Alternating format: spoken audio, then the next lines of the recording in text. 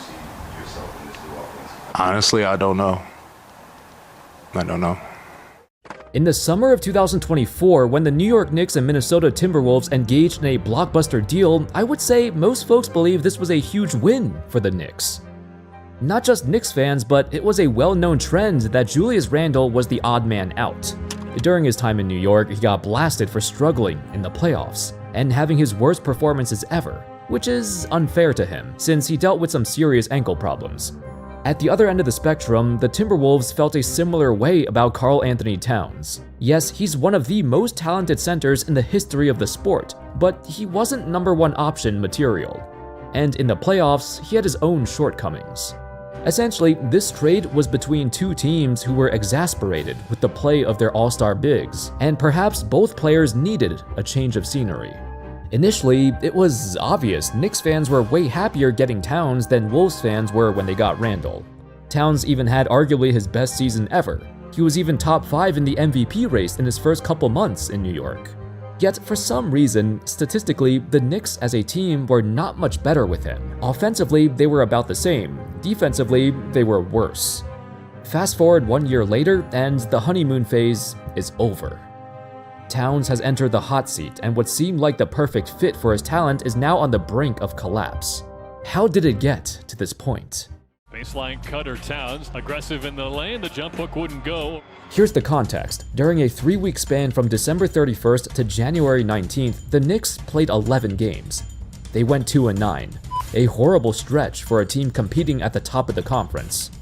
Several players underperformed during this time, but none was more apparent than Karl-Anthony Towns, whose numbers drastically regressed compared to his usual self. Towns catches, tries the three, air ball. Now they're feeling the wrath of the crowd.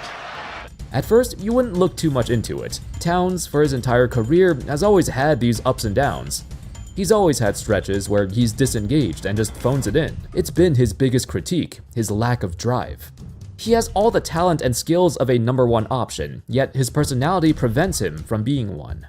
Towns' desire and will to win is always called into question, and it was like that back in Minnesota too. Most importantly, his biggest weakness is his tendency to crack under pressure, and he has a hard time adapting to changes.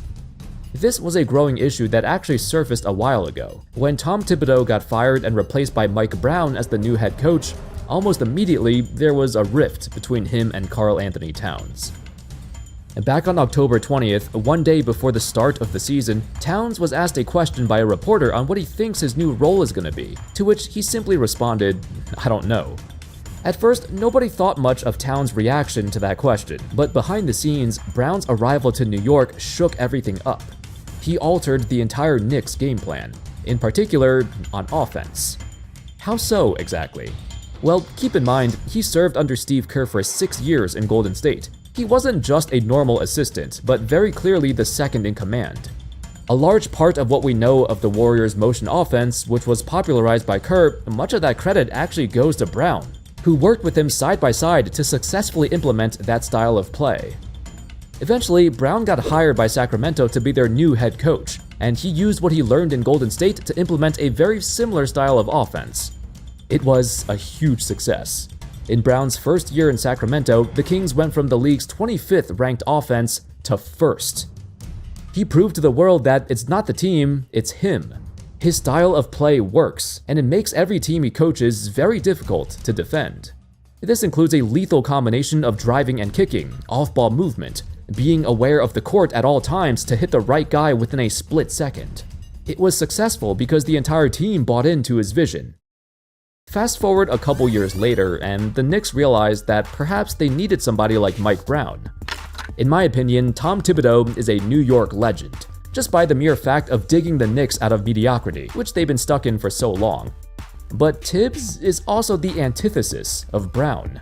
He's old school. He likes to play traditional lineups. He likes to prioritize defense, physicality, second chance points, almost to the point where the Knicks' offense looked archaic, like something out of the 1990s, as he relied on sheer hustle and effort to make up for their lack of offensive cohesion.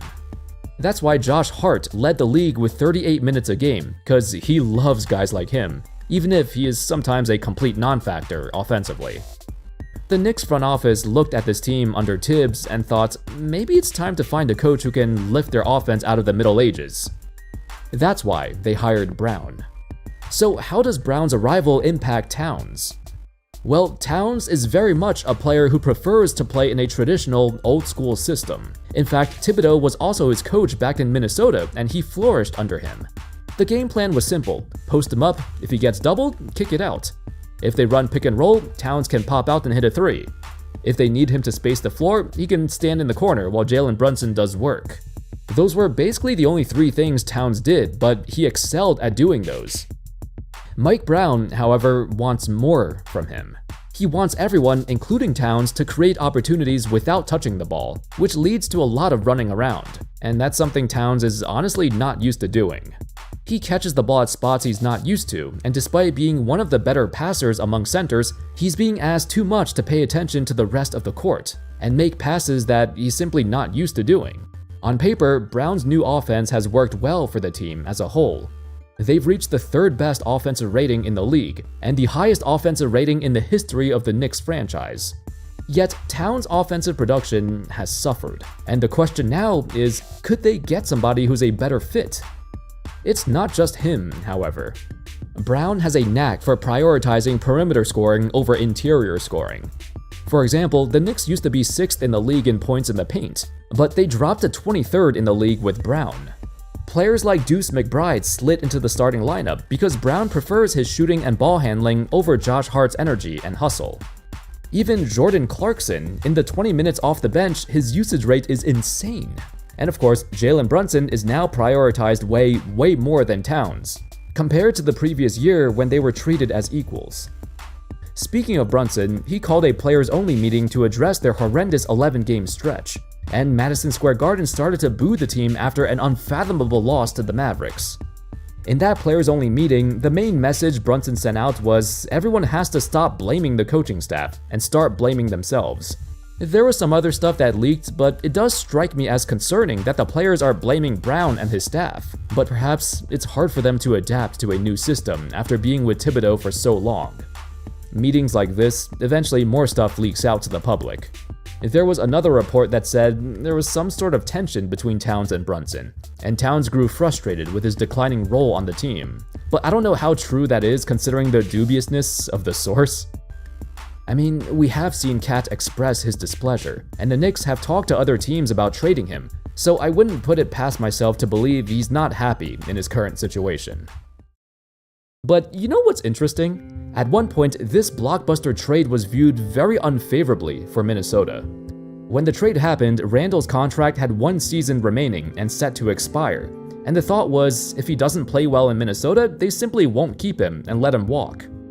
Yet, as time went along, he got better and better, and eventually the Wolves liked him enough to give him a 3-year, $100 million extension. That's fairly reasonable for a player who's your second option. $30 million a year in this day and age for a guy that produces as much as Randall does, that's honestly quite good. Plus, his playmaking and court vision at his position provides a new dimension to the team that Towns never did. On the other hand, Towns' contract scales from $53 to over $60 million a year, almost double what Randall makes, and the Knicks had a chance to offer Towns an extension to keep him in the long run, except they didn't. The reason was simple. According to Tim Bontemps of ESPN, he confirmed the Knicks made this decision to make sure he's more tradable. Had they tacked on another couple years to his already massive contract, it would have been impossible to trade him. The fact that they had this in mind, it made it seem like they were ready to get rid of him if they didn't like what they saw. Recently, Sam Amick of The Athletic spent some time with the Knicks organization and said he can safely report the vibes are not in fact immaculate. It's upsetting to see Karl-Anthony Towns have one of the best years of his life when he first got here, and he shut up all his critics who told him he's soft and he can't play under pressure. The dude balled out against Indiana in the conference finals in a series that was absurdly physical. I've never seen a string of consecutive games when Cat was this determined to win, and he showed off his entire bag. Despite how much he contributed in the playoffs though, is he worth 34% of the salary cap? I'm not sure about that.